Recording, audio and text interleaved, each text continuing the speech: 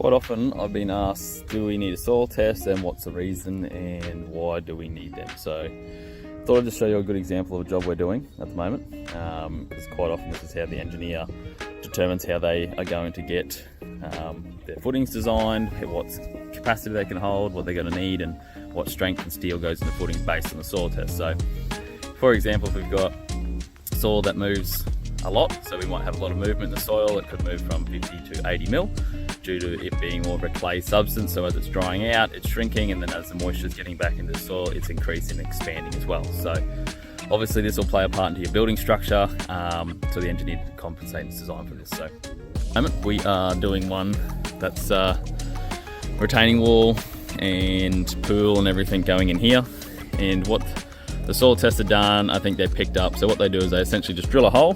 This one was hand augered, or they normally have one on the back of a truck, and they drill a hole in the ground. And what that will tell us is they take samples of the soil, and they'll also then give us an idea and indication on what's in the ground and also what we may potentially hit.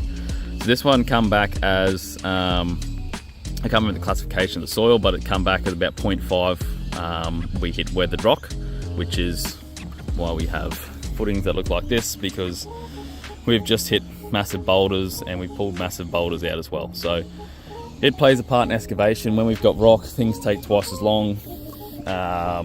Footings go from, we're only supposed to be 300 wide by 700 deep, but as you can see here, we've just pulled out big rocks and old footings and boulders that have just completely blown out. So it helps us determine how far to, allow for extra concrete and all that sort of stuff as well, and what we're going to have to do to box up and try and support some of it. So can make a big difference with when we're putting costings together as well. So the thing I've found is us reading the soil test report and go, righto, we know we're dealing with rock. Something that may take us 10 hours on a machine to dig a piece of footing may take us 20 now. So, and it's just so you as a homeowner are confident in what you're getting with costing, so you're aware of what you're potentially in for before you go and start, because anyone can throw 10 hours down for machine hire and not read the soil test or not have one, and then only to find out that we're going to completely blow our costs because we didn't have a soil test or we didn't do our due diligence to try and find out the information that we needed to help advise you on where potentially costs could going to be. At the end of the day, it does kind of cost what it costs with machine hire. It's just charged at an hourly rate, and it's done whatever the hours the machine are here, because I think that's the most fair way to do it.